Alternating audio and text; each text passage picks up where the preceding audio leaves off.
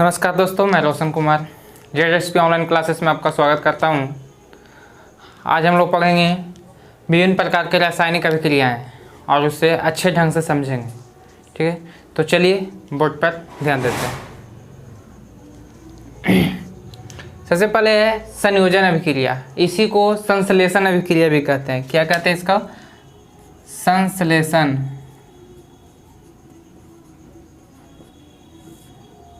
संश्लेषण अभिक्रिया कहते हैं इसको। संयोजन अभिक्रिया क्या है? वैसा अभिक्रिया जिसमें दो या दो से अधिक पदार्थ में तत्व और यौगिक दोनों आते हैं। पदार्थ कहने का मतलब हुआ कि उसमें तत्व भी आ सकते हैं और यौगिक भी आ सकते हैं। ठीक है, तो अधिक पदार्थ आपस में संयोग करके नए पदार्थ का निर्माण करते हैं। दो या दो से अधिक पदार्थ आपस में संयोग करते हैं और उसको नया पदार्थ का निर्माण करते हैं। और जो नए पदार्थ का जो गुण होता है वो मूल पदार्थ के गुण से बिल्कुल भिन्न होता है। ठीक है, तो चलिए एग्जाम्पल में देख लेते हैं। ये है हाइड्रोजन जो कि तत्व है और क्लोरीन भी तत्व है। और ये दोनों मिलकर क्या बनाए? अम्ल यौगिक बनाया है। तो दो या दो से अधिक पदार्थ हो गए। पदार्थ में क्या तत्व या यौगिक कुछ भी आ सकता है। तो यहाँ पे तत्व आया है, कोई दिक्कत नहीं है। तो यहाँ पे हाइड्रोजन और क्लोरीन मिलकर HCl का निर्माण किए, हाइड्रोक्लोरिक अम्ल का निर्माण किया। और यहाँ पे देखिए कि इसका गुण जो है बिल्कुल भिन्न है, क्योंकि ये एक अम्ल है और ये जो है ये है एक हाइड्रोजन गैस है और क्लोरीन भी गैस है। और क्लोरीन जो है अधातु है और हाइड्रोजन जो है उसको अवारक तत्व बोलते हैं। धातु या धातु कुछ भी बोल सकते हैं उसको, लेकिन ऐसे रखा गया है धातु में। ठीक है, देखिए कार्बन जो है ऑक्सीजन से अभिक्रिया करके कार्बन डाइऑक्साइड बनाता है। देखिए यहाँ पे भी दो पदार्थ आपस में अभिक्रिया करके नए पदार्थ का निर्माण किए हैं। इनका गुण भी मूल पदार्थ के गुण से बिल्कुल भिन्न है, क्योंकि कार्बन एक जलने वाला पदार्थ होता है, तत्व है, और ऑक्सीजन जो है उसको जलाने में मदद करता है। कार्बन जलता है और ऑक्सीजन उसको जलाने में मदद करता है। और जो कार्बन डाइऑक्साइड है वह आग बुझाने में काम आता है। ठीक है, इसी प्रकार से 2 कार्बन मोनोऑक्साइड और ऑक्सीजन मिलकर कार्बन डाइऑक्साइड का निर्माण करते हैं और H2+O2 मिलकर जल का निर्माण करते हैं। तो यहाँ पे देखिए हाइड्रोजन जो है एक जलने वाला तत्व है और ऑक्सीजन जो है उसको जलाने वाला। ऑक्सीजन कहीं भी जाता है तो क्या करता है? उसको जलाने का काम करता है। ठीक है, तो यहाँ पे जल जो है क्या चीज़ के काम आता है? बुझाने में काम आता है। जल जो है आग को बुझाने में काम आता है। तो ये जलता है, ये जलाता है और ये बुझाता है। ठीक है, नेक्स्ट है वियोजन अभिक्रिया, या इसी को अपघटन अभिक्रिया कहते हैं। वियोजन मीन्स टूटना या अपघटन मीन्स टूटना। तो कहता है कि जब वैसा अभिक्रिया जिसमें कोई पदार्थ टूटकर दो या दो से अधिक पदार्थों का निर्माण करते हैं। कोई एक पदार्थ टूटता है और दो या दो से अधिक पदार्थों का निर्माण करता है, उस अभिक्रिया को वियोजन अभिक्रिया या अपघटन अभिक्रिया कहते हैं। ठीक है, जैसे कैल्शियम कार्बोनेट को गर्म करते हैं तो वह टूट जाता है। कैल्शियम कार्बोनेट को गर्म करते हैं तो क्या होता है? वह टूट जाता है। टूटकर क्या बनाता है? कली चूना और कार्बन डाइऑक्साइड गैस देता है। इसको कली चूना कहते हैं। कैल्शियम ऑक्साइड को क्या बोलते हैं? कली चूना, CaO, और CO2 कार्बन डाइऑक्साइड है ना, गैस जो हम लोग छोड़ते हैं। एकल विस्थापन। नेक्स्ट है एकल विस्थापन अभिक्रिया। इसमें वैसा अभिक्रिया जिसमें किसी यौगिक में उपस्थित परमाणु या परमाणुओं के समूह को किसी दूसरे परमाणु द्वारा विस्थापित कर दिया जाता है। इसको ठीक से समझेंगे। कहता है कि वैसा अभिक्रिया जिसमें किसी यौगिक में उपस्थित परमाणु या परमाणुओं के समूह को किसी दूसरे परमाणु के द्वारा उसे विस्थापित कर दिया जाता है। मान लीजिए कोई यौगिक है और उसका जो परमाणु या परमाणु किसी भी यौगिक में या तो परमाणु होता है एक, या तो अनेक परमाणु होते हैं, तो उसको कहते हैं परमाणुओं का समूह, है ना। तो किसी भी यौगिक में परमाणु या परमाणुओं को समूह को किसी दूसरे परमाणु से विस्थापित कर दिया जाता है, किसी दूसरे परमाणु से विस्थापित कर दिया जाता है। देखिए यहाँ पे अभिक्रिया जिसमें किसी यौगिक के में उपस्थित परमाणु या परमाणुओं को समूह को, यहाँ पे ध्यान दीजिएगा, इसको कहता है किसी यौगिक में उपस्थित परमाणु या परमाणुओं के समूह को, यहाँ तक परमाणुओं के समूह को, परमाणुओं को समूह को किसी दूसरे परमाणु द्वारा, मतलब कोई अन्य तत्व के परमाणु के द्वारा उसे विस्थापित कर दिया जाता है। ठीक है, इसको एग्जाम्पल से और अच्छा से ढंग से समझेंगे कि क्या कहता है। तो उस अभिक्रिया को क्या कहते हैं? एकल विस्थापन अभिक्रिया कहते हैं। ठीक है, जैसे एग्जाम्पल में मान लेते हैं कि यहाँ जिंक जो है वह कॉपर सल्फेट से अभिक्रिया करता है। तो देखिए यहाँ पे परमाणुओं का समूह है, ये क्या है? ढेर सारे इसमें परमाणु है, कॉपर के एक परमाणु है, सल्फर के एक परमाणु है, ऑक्सीजन के 4 परमाणु है। तो यहाँ पे परमाणुओं का समूह है। तो हमने क्या बोला कि किसी यौगिक में उपस्थित परमाणु या परमाणुओं के समूह को, देखिए परमाणुओं के समूह को किसी दूसरे परमाणु द्वारा, तो देखिए कोई दूसरा परमाणु जो है ये है, कोई दूसरा परमाणु कौन है? ये है, द्वारा इसको विस्थापित कर देता है। तो देखिए यहाँ पे ये कॉपर को क्या किया? इसको हटा दिया, और कॉपर को हटा के देखिए सल्फेट की जगह पर क्या आ गया? जिंक आ गया। यानी कि जो जिंक है वो कॉपर को क्या किया? हटा दिया। जिंक के परमाणु जो हैं वो कॉपर के परमाणु को क्या किया? हटा दिया, अलग कर दिया, और क्या बनाया? जिंक सल्फेट और कॉपर, है ना। अगला है फेरस। उसी तरीका से कॉपर सल्फेट से अभिक्रिया करता है तो फेरस सल्फेट बना देता है, और क्या बनाता है? कॉपर को विस्थापित कर देता है, अलग कर देता है। नेक्स्ट है जिंक फेरस सल्फेट से अभिक्रिया करता है। जिंक जो है फेरस सल्फेट से अभिक्रिया करता है तो ये लोहा को क्या करता है? विस्थापित कर देता है, और क्या बनाता है? Zinc sulphate. ये किसको कौन विस्थापित करता है, इसका हम एक पूरा डाटा देंगे कि कौन सा तत्व विस्थापित कर सकता है, अलग कर सकता है। आप लोग जानते होंगे कि जो ज़्यादा मजबूत होता है वो कमज़ोर वाले कि कोई भी आदमी हो उसको हटाने का कोशिश करता है। तो यहाँ यही प्रक्रिया होता है कि जिंक जो है कॉपर से मजबूत था, उसका अभिक्रियाशीलता जो है बहुत अधिक होने के कारण कॉपर को हटा दिया और जिंक की से अभिक्रिया कर लिया।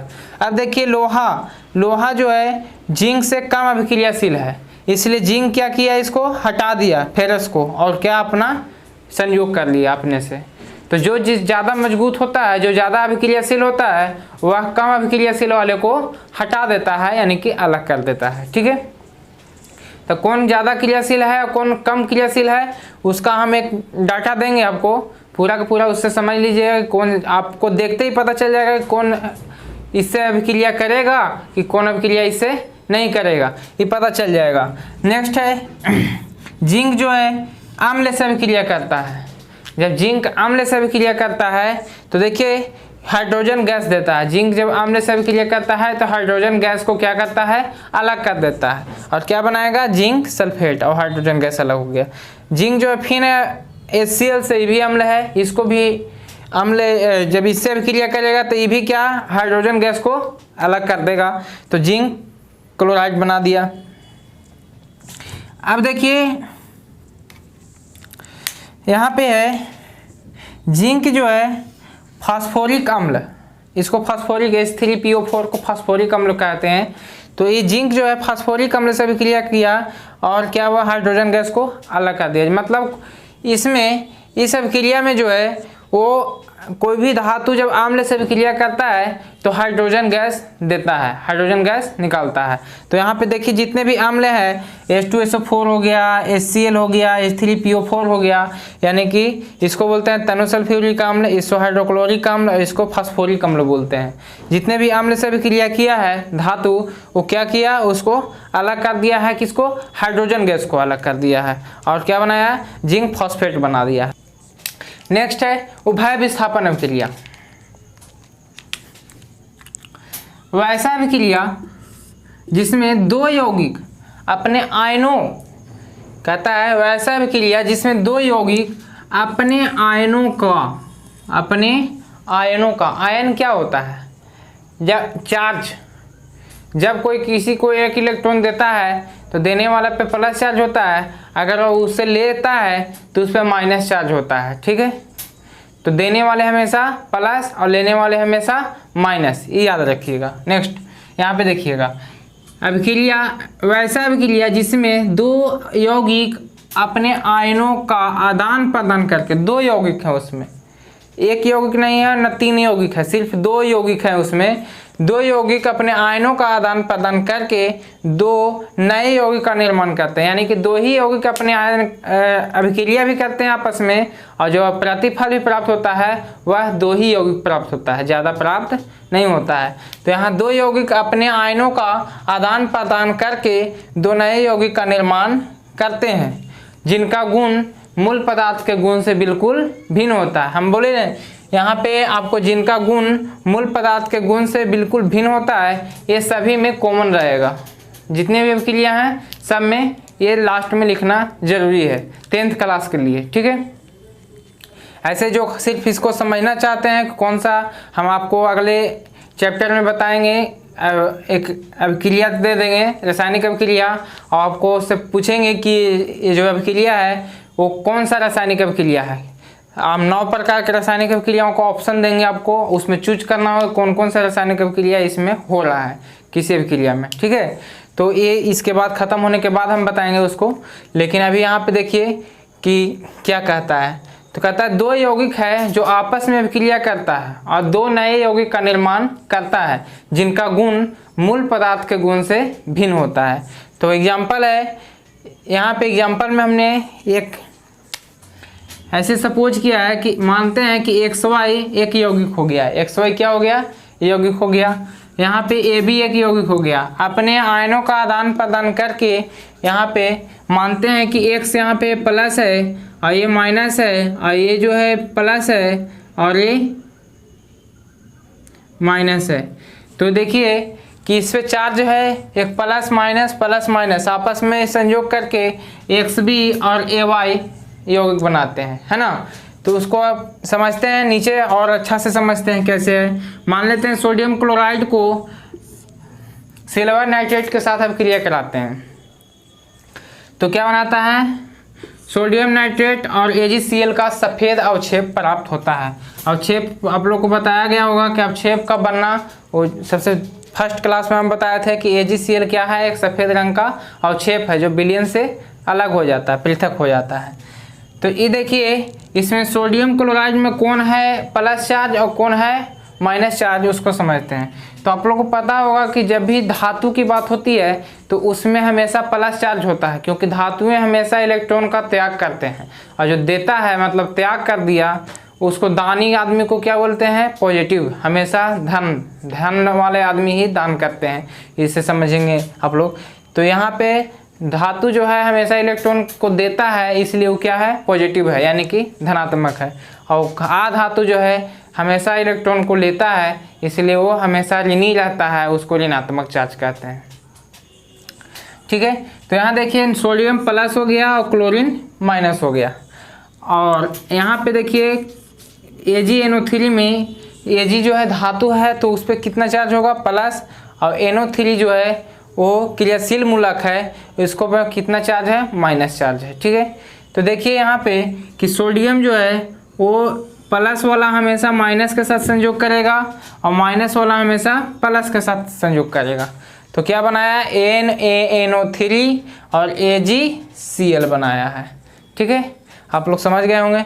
एक और उदाहरण ले लेते हैं, देखिए BaCl2 प्लस Na2SO4 मतलब barium chloride plus sodium sulphate अभिक्रिया आपस में करके क्या बनाते हैं, बेरियम सल्फेट का सफ़ेद अवक्षेप प्राप्त होता है। देखिए अवक्षेप का संकेत है ये, और नमक का प्राप्ति होता है, NaCl का प्राप्ति होता है। ठीक है, देखिएगा बेरियम जो है धातु है, धातु के बाह्यतम कक्षा में, बेरियम के बाह्यतम कक्षा में 2 इलेक्ट्रॉन होता है, तो वह 2 इलेक्ट्रॉन तो रखता नहीं है, क्योंकि अष्टक पूरा करने के लिए 8 इलेक्ट्रॉन की जरूरत होती है, तो वह 2 इलेक्ट्रॉन त्याग कर देता है। त्याग करते हैं तो उस पर क्या हो जाएगा, +2 चार्ज हो जाता है।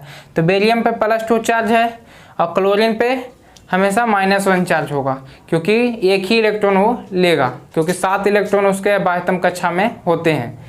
तो यहाँ पे बेरियम +2 हो गया, क्लोरीन -1 हो गया, ठीक है, -1 चार्ज हो गया। इसके बारे में हम अध्ययन करेंगे विशेष रूप से कि कौन कितना वैलेंसी रखता है, कि इसके बाह्यतम कक्षा में कितने इलेक्ट्रॉन होते हैं, वो जब हम पीरियोडिक टेबल बताएंगे आपको तो उसमें आपको पूरी समझ में आ जाएगा कि ये जो चर्चा चल रही है इस पे कि बेरियम पे +2 कहाँ से आया, क्लोरीन पे -1 कहाँ से आया, उसमें हम बहुत अच्छा से समझा देंगे आपको। फिलहाल जान लीजिए कि बेरियम पे +2 चार्ज होता है, क्लोरीन पे -1। अब देखिए सोडियम पे +1 चार्ज होता है। अब यहाँ पे आपको पता चल रहा होगा कि सोडियम पे +1 और बेरियम पे +2 कैसे हो गया, दोनों तो धातु है। तो हम पीरियोडिक टेबल में जब बताएंगे तो आपको बता देंगे कि कैसे क्या होता है उसमें। फिलहाल यहाँ पे देख लीजिए आप लोग कि जो बेरियम है +2 चार्ज होता है, क्लोरीन -1 चार्ज होता है, और सोडियम पे +1 चार्ज होता है, और सल्फेट जो है वो क्रियाशील मूलक है, यहाँ पे तो ये -2 चार्ज होता है इस पर। अब देखिए कि हमेशा प्लस वाला माइनस से भी क्रिया करेगा, माइनस वाला प्लस से। तो देखिए 2 वाला 2 से भी क्रिया कर लेगा, 2 है इस पे +2 और 2 -2, तो दोनों अब क्रिया कर लिया, तो बेरियम सल्फेट का सफ़ेद अवक्षेप प्राप्त हुआ। और देखिए 1 वाला ये आपस में क्रिया कर लिया प्लस माइनस, तो क्या बनाया, नमक का निर्माण हुआ, ठीक है। किसी भी धातु के द्रवित ऑक्साइड एवं क्लोराइड से विद्युत धारा प्रवाहित करने पर वह अपघटित हो जाता है, यानी कि टूट जाता है, विखंडित हो जाता है, अलग हो जाता है, ठीक है। तो जब ये टूटता है तो वह 2 प्रकार के आयनों में विभक्त होते हैं, एक धनायन और एक ऋण आयन, जिसमें अधातु जो होता है एनोड पर मुक्त होता है और धातु जो होता है वो कैथोड पर मुक्त होता है।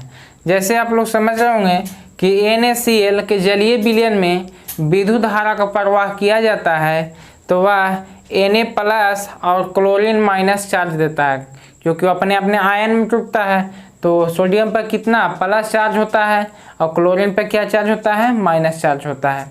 तो सोडियम जो है कैथोड पर मुक्त होगा और क्लोरीन कहाँ मुक्त होगा, एनोड पर मुक्त होगा।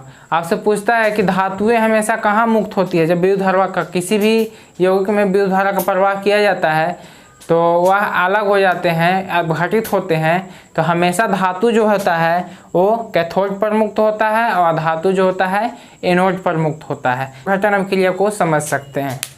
तो आप एक बार फिर से इसको रिवाइज कर लेते हैं पूरा का पूरा। संयोजन अभिक्रिया क्या है, तो संयोजन अभिक्रिया वैसा अभिक्रिया है जिसमें 2 या 2 से अधिक पदार्थ आपस में संयोग करके एक नए पदार्थ का निर्माण करते हैं, जिनका गुण मूल पदार्थ के गुण से बिल्कुल भिन्न होता है। ये सभी में चलेगा यहाँ पे, ठीक है। एग्जाम्पल में आपको दिखाई दे रहा होगा, हाइड्रोजन क्लोरीन से विक्रिया करके हाइड्रोक्लोरिक अम्ल बनाता है, कार्बन ऑक्सीजन से विक्रिया करके कार्बन डाइऑक्साइड बनाता है, इत्यादि इत्यादि। वियोजन अभिक्रिया या अपघटन अभिक्रिया क्या होता है, जब कोई पदार्थ टूटकर 2 या 2 से अधिक यौगिक में विभक्त हो जाता है, अलग हो जाता है, तो उस अभिक्रिया को वियोजन अभिक्रिया कहते हैं या अपघटन अभिक्रिया कहते हैं, ठीक है। वैसा अभिक्रिया जिसमें कोई पदार्थ टूटकर 2 या 2 से अधिक पदार्थों का निर्माण करते हैं, तो जिनका गुण जो है मूल पदार्थ के गुण से बिल्कुल भिन्न होता है। जैसे कैल्शियम कार्बोनेट को गर्म करते हैं तो क्या बनाता है, कैल्शियम ऑक्साइड और कार्बन डाइऑक्साइड बनाता है। नेक्स्ट है एकल विस्थापन अभिक्रिया में क्या है कि वैसा अभिक्रिया जिसमें किसी यौगिक में उपस्थित परमाणु या परमाणुओं के समूह को किसी दूसरे परमाणु के द्वारा विस्थापित कर दिया जाता है, उस अभिक्रिया को एकल विस्थापन कहते हैं। देखिए यहाँ पे एक ही परमाणु को विस्थापित हो रहा है, यानी कि इसी को हटा रहा है सिर्फ, इसलिए एकल विस्थापन कहा जा रहा है। और दोनों को जब आपस में अदलायन बदलायन करता है, यानी कि आदान प्रदान दोनों यौगिक आपस में करते हैं, तो ये इसका आदान प्रदान करता है तो उसको द्विविस्थापन कहते हैं, यानी कि 2 परमाणुओं का यहाँ पे क्या हो रहा है, आदान प्रदान किया जा रहा है, इसलिए द्विविस्थापन। यहाँ एक ही परमाणु का आदान प्रदान हो रहा है, यानी कि एक ही परमाणु उसको हटा रहा है, अवयव को अलग कर रहा है सिर्फ, तो यहाँ पे क्या हुआ, एकल विस्थापन हो गया, ठीक है। अब यहाँ पे वैद्युत अपघटन अभिक्रिया, किसी भी यौगिक के द्रवित ऑक्साइड एवं क्लोराइड से विद्युत धारा प्रवाहित करने पर वह अपघटित हो जाता है, जिसमें अधातु जो होते हैं एनोड पर मुक्त होते हैं और धातु जो होते हैं वो कैथोड पर मुक्त होते हैं। जैसे NaCl में विद्युत धारा प्रवाहित करेंगे तो Na+ और क्लोरीन माइनस होगा, तो आप लोग बता सकते हैं कि कौन धातु कौन जो है एनोड पर मुक्त होगा और कौन कैथोड पर होगा। तो यहाँ पे पता चल रहा होगा कि धातु अधातु एनोड पर, तो अधातु कौन है क्लोरीन, तो यहाँ पे क्या हो जाएगा एनोड हो जाएगा। ठीक है, और ये जो हो गया धातु जो हो गया वो क्या हो जाएगा कैथोड पर मुक्त होता है। बैटरी के दो ध्रुव होते हैं। बैटरी जब होता है उसका कितने ध्रुव होते हैं, दो, एक एनोड और एक कैथोड। वही एनोड और कैथोड में अलग अलग, एनोड पर जो होता है प्लस चार्ज होता है और कैथोड पर माइनस चार्ज होता है, तो वही माइनस वाला प्लस में चला जाता है, प्लस वाला माइनस में आ जाता है। यही कारण है कि धातु हमेशा क्या होता है कैथोड पर मुक्त होता है और अधातु जो है हमेशा कहाँ मुक्त होता है, एनोड पर मुक्त होता है। चलिए, ये आपका 5वां वैद्युत अपघटन अभिक्रिया हो गया। नेक्स्ट हम लोग पढ़ेंगे उदासीनीकरण अभिक्रिया पढ़ेंगे, उसमें फिर प्रकाश संश्लेषण अभिक्रिया पढ़ेंगे, ऑक्सीकरण और अवकरण अभिक्रिया पढ़ेंगे, उसी में पढ़ेंगे ऑक्सीकारक और अवकारक। तब तक के लिए धन्यवाद।